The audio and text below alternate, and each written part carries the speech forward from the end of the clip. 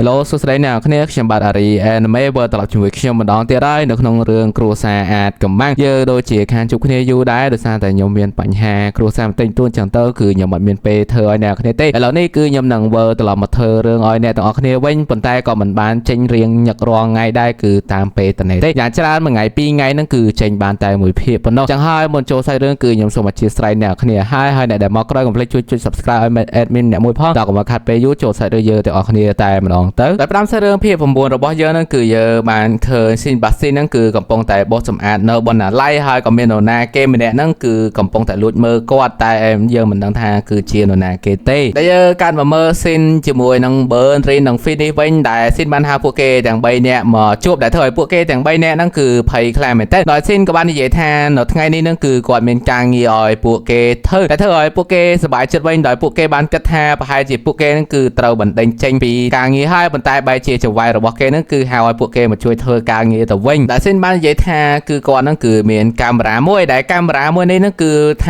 ាថតឃើញពីអតីតកាលដែលកាមេរ៉ាមួយនេះគឺវាបានបាត់ជាយូរឡងណាមកហើយប៉ុន្តែឥឡូវនេះគឺខ្ញុំបានលើការដេញថ្លៃហើយស៊ីនរបស់យើងក៏បានដេញថ្លៃយកវាមកតែធ្វើឲ្យអ្នកទាំង3ទៀតក៏ឆ្ងល់ផងដែរថានោះគឺជាអ្វីដល់លោកតាតាណកាហ្នឹងក៏បានបញ្យល់ផងដែរដោយអ្នកបង្កើតកាមេរ៉ាមួយនេះគឺឈ្មោះថា Henry ដែលគាត់គឺជាអ្នកវិទ្យាសាស្ត្រដ៏ទំនើបនិងគឺជាអ្នកផលិតឧបករណ៍បច្ចេកទេសទំនើបផងដែរដោយកាមេរ៉ាមួយនេះគឺគេបានឲ្យឈ្មោះថាគឺជាកាមេរ៉ាចម្លែកដោយកាមេរ៉ាមួយនេះនៅពេលដែលថតនរណាគេម្នាក់ហ្នឹងវានឹងបង្ហាញរូបម្នាក់ទៀតនៅក្នុងរូបមួយនោះថាម្នាក់នោះគឺជានរណាគេដែលអ្នកដែលគេពេញចិត្តឬស្រឡាញ់អញ្ចឹងទៅដែលយើងបញ្យល់លម្អិតថាបើសិនជាថតដូចជាថតរូប admin អញ្ចឹងទៅហើយមាននរណាគេម្នាក់ទៀតដែល admin ចូលចិត្តហ្នឹងនឹងលេខរូបភាពមួយនោះនៅក្នុងរូបហ្នឹងផងដែរបន្ទាប់មកហ្នឹងគឺស៊ីនរបស់យើងហ្នឹងគឺបានឲ្យ Finish គឺឈរឲ្យស្ងៀមគឺគាត់ត្រូវការរយៈពេល10វិនាទីហ្នឹងដើម្បីថតរូបមួយប៉ុស្តិ៍នេះដោយ Finish យើងហ្នឹងគឺថាឈោមចង់ស្ងៀមនេះគឺថាប្រឹងខ្លាំងមែនតើបន្ទាប់មករូបថតក៏បានថតបានហើយពួកគេក៏បានយកទៅផ្ដិតផងដែរដែលរូបថតដែលថត Finish ចេញមកហ្នឹងគឺមានរូបចាបមួយទៀតដែល Finish ក៏បាននិយាយផងដែរថាចាបមួយហ្នឹងគឺធ្លាប់រស់នៅជាមួយ Finish កាលពីមុនគឺថាគាត់ហ្នឹងស្រឡាញ់ចាបមួយហ្នឹងខ្លាំងមែនតើប៉ុន្តែបច្ចុប្បន្នហ្នឹងគឺចាបមួយហ្នឹងគឺបានតៃពាក់ចូលឆ្នាំងបាត់ទៅហើយបន្ទាប់មកហ្នឹងគឺលោកតាតាណកាក៏បានបញ្យល់បន្ថែមទៀតថារូបថតដែលថតចេញមកអ្វីដែលឃើញនៅក្នុងហ្នឹងបន្ថែមទៀតហ្នឹងគឺ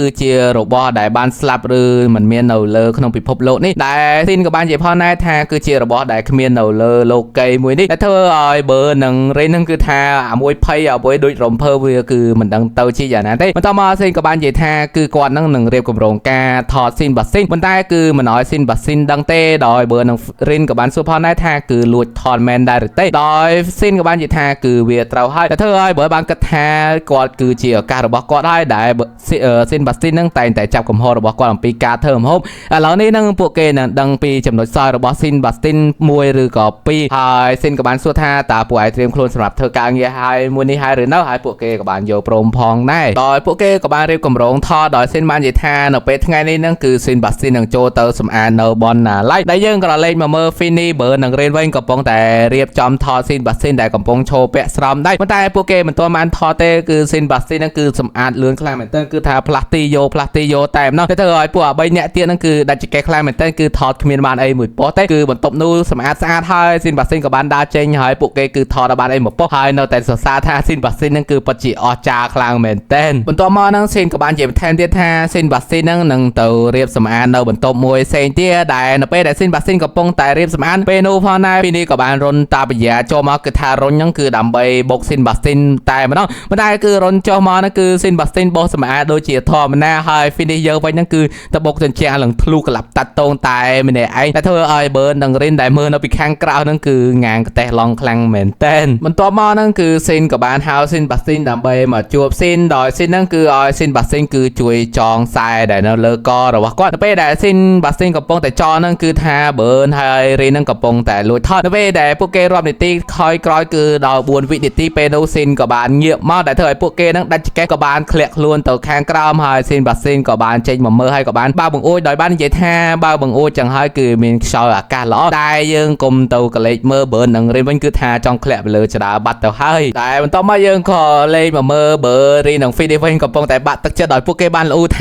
ាមួយថ្ងៃហើយគឺគេថតរូបស៊ីនបាស៊ីនហ្នឹងគឺមិនបានសូម្បីតែមួយប៉ុស្តិ៍ពេលនោះផងដែរស៊ីនបាស៊ីនក៏បានចេញមកដែលធ្វើឲ្យពួកគេក៏ភ្ញាក់ផ្អើលផងដែរដោយស៊ីនបាស៊ីនក៏បាននិយាយថាគឺគាត់នឹងមានការងារឲ្យពួកគេទាំង3នាក់ដែលត្រូវធ្វើដោយពួកគេក៏បានសួរផងដែរថានោះគឺជាការ ងារអ្វីដោយស៊ីនបាស្ទីនក៏បានឲ្យមើលទៅបង្អួចដែរនោះគឺជាភ្លូរបស់យើងហ្នឹងដែលស៊ីនបាស្ទីនគឺចង់ឲ្យពួកគេយកភ្លូចេញឲ្យឆ្ងាយពីផ្ទះសិនដោយសារតែល្ងាចឡើងហ្នឹងគឺមានភ្ញៀវរបស់ពួកគេមកអញ្ចឹងហើយគឺគាត់មិនចង់ឲ្យភ្ញៀវរបស់ពួកគេហ្នឹងគឺបានឃើញភ្លូឡើយហើយបើក៏បាននិយាយថាតែពួកគេហ្នឹងគឺមានការងារផ្ទាល់ខ្លួនដែលត្រូវធ្វើប៉ុន្តែស៊ីនក៏បាននិយាយថាខ្ញុំមិនខ្វល់ទេទោះមានការងារផ្ទាល់ខ្លួនឬយ៉ាងណាទៅសំខាន់ឲ្យតែរួចរាល់កុំឲ្យតែពេលភ្ញៀវមកហ្នឹងគឺឃើញភ្លូឲ្យសោះតែយើងកាន់មកមើល Phoenix វិញគឺកំពុងតែអូសភ្លូចេញពីផ្ទះដែលភ្លូរបស់យើងហ្នឹងគឺរឹងក្បាលខ្លាំងមែនទេគឺចង់ចាក់ចេញទេហើយ Phoenix យើងក៏បានចាប់បោះភ្លូប៉ុន្តែមានអីគឺភ្លូហ្នឹងគឺបានព្រុសភ្លើងអ្វីឡើងឆេះពេញនឹងតែម្ដងហើយក៏បានរត់ចូលទៅខាងក្នុងវិញតែធ្វើឲ្យបើនឹងរេនក៏មានការភ្ញាក់ផ្អើលផងដែរដែលថា flu ហ្នឹងគឺអាចផ្លុំភ្លើងបានតែយើងក៏លេចមកមើល Phoenix វិញកំពុងតែអង្គុយយំឲ្យលោកតាតានការហ្នឹងគឺអង្គុយអាំងមឹកធ្វើម្ដងដែលយើងក៏លេចមកមើលស៊ីនជាមួយនឹងស៊ីនបាស្ទីនវិញដែលស៊ីនបាស្ទីនកំពុងតែរៀបចំអាហារឲ្យស៊ីនបរិភោគដោយស៊ីនបាននិយាយថាល្ងាចនេះគឺគាត់នឹងមិនចង់ញ៉ាំអាហារពេលល្ងាចទេហើយស៊ីនក៏បានឆ្ងល់ផងដែរថាពួកបើ Phoenix រេនហ្នឹងគឺកំពុងតែធ្វើអ្វីរីឯស៊ីនបាស្ទីនក៏បានចាក់អារម្មណ៍អ្វីដែលនៅលើតុនោះផងដែរគឺជាជាមនឹ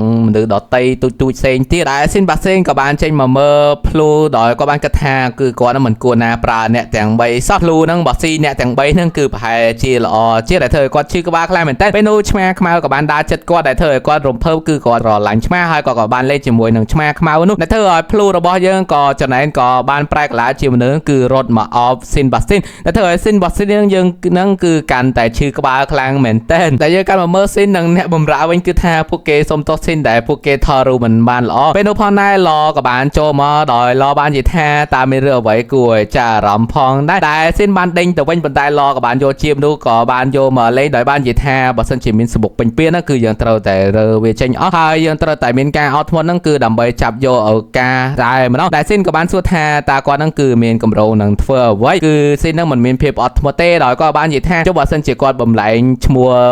Phantom House ទៅចេញជាបណ្ដាប្រទេសផ្សេងទៀតតើវានឹងទៅជាយ៉ាងណាតែធ្វើឲ្យពួកគេនឹងដាច់ឆ្កែខ្លាំងមែនទែនដោយក៏បានសួរថាតើពួកគេកំពុងធ្វើអ្វីគឺថាឡនោះគឺដុតខ្លាំងមែនទែនបន្ទាប់មកភ្ញៀវម្នាក់នោះក៏បានមកដោយភ្ញៀវម្នាក់នោះគឺមានឈ្មោះថាចូណេសនៅពេលដែលពួកគេដើរចូលទៅខាងក្នុងដើម្បីពិភាក្សាគ្នានឹងពេលនោះចូណេសក៏បានចាក់អារម្មណ៍ជាមួយនឹងនារីម្នាក់ហ្នឹងគឺកំពុងតែអង្គុយនៅខាងលើនោះតែធ្វើឲ្យគាត់នឹងគឺចាក់អារម្មណ៍ខ្លាំងមែនទែនប៉ុន្តែស៊ីនបាស្ទីនហ្នឹងគឺមិនបានចាក់អារម្មណ៍អ្វីទេហើយគាត់នៅតែមើលនារីម្នាក់នោះគឺថានារីម្នាក់នោះគឺជាប្រពន្ធរបស់ឡនគឺថាអញេអញៃខ្លាំងមែនទែនដែលមានទាំងអ្នកបក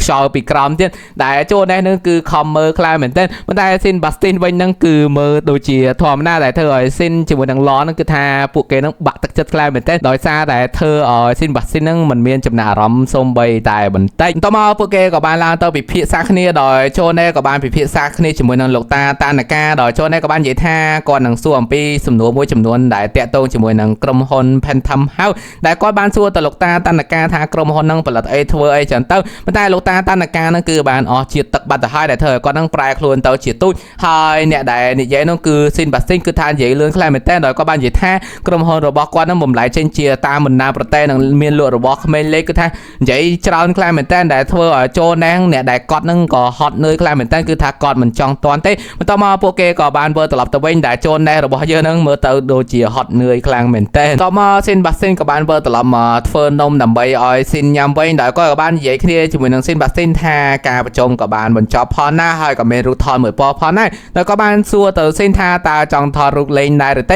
េប៉ុន្តែស៊ីនរបស់យើងនឹងគឺបានបដិសេធថាគាត់នឹងគ្មានពេលណាទៅថតរូបលេងទេកាត់មកដល់យប់ឡើងដល់យើងក៏បានឃើញស៊ីនដោយស៊ីនបាននិយាយថាគឺវាដល់ពេលហើយដែលយើងងាកមកមើលខាងក្រៅហ្នឹងគឺយើងបានឃើញ Phoenix កំពុងតែលើករូបចម្លាក់មួយហើយស៊ីនបានឈរនៅទីនោះដោយ Phoenix ក៏បានសួរថាតើវាប្រកាសចិត្តមែនដែរឬទេលោកម្ចាស់ដោយស៊ីនក៏បាននិយាយថាគាត់ឲ្យធ្វើអ្វីហ្នឹងគឺត្រូវតែធ្វើមកដោយ Phoenix ក៏បានគប់រូបមួយនោះហ្នឹងមកកាន់ស៊ីនហើយ Phoenix ក៏បានរត់មករកស៊ីនផងដែរដោយសារតែខ្លាយស៊ីនហ្នឹងគឺមានរបួសពេលនោះគឺយើងក៏លឺសំឡេងក្តៀងតែម្ដងដែលអ្នកដែលជួយរងស៊ីនហ្នឹងគឺជាស៊ីនបាស្ទីនហើយពេលនោះក៏មាននាគជាច្រើនហ្នឹងបានផ្លុំភ្លើងហើយពួកគេបានថតរូបបានជោគជ័យដោយឡក៏បាននិយាយថាមើលរូបភាពនេះទៅគឺពិតជាលយខ្លាមែនតែបន្ទាប់មក Phoenix បើនឹងរ៉េនក៏បានយករូបថតមួយប៉ុស្តិ៍នោះគឺដើម្បីទៅផ្ដិតនៅពេលដែលពួកគេផ្ដិតនឹងចិត្តចេញមកហើយហ្នឹងពេលនោះយើងក៏អានឃើញ Flu ក៏បានរត់មកគឺថាផ្លុំ ភ្លើនឹងឡើងឆេះពួកគេទាំងអស់រួមទាំងរូបថតមួយនោះផងដែរហើយក៏បានរត់វើត្រឡប់ទៅរកស៊ីនបាស្ទីនវិញដោយស៊ីនបាស្ទីនក៏បានឲ្យនំទៅគេញ៉ាំហើយក៏បាននិយាយថាយប់នេះហ្នឹងគឺគេទៅដេកនៅក្រៅផ្ទះទៅដែលធ្វើឲ្យ Floor ហ្នឹងក៏បាក់ទឹកចិត្តខ្លាំងមែនទែនបន្ទាប់មកស៊ីនបាស្ទីនក៏បាន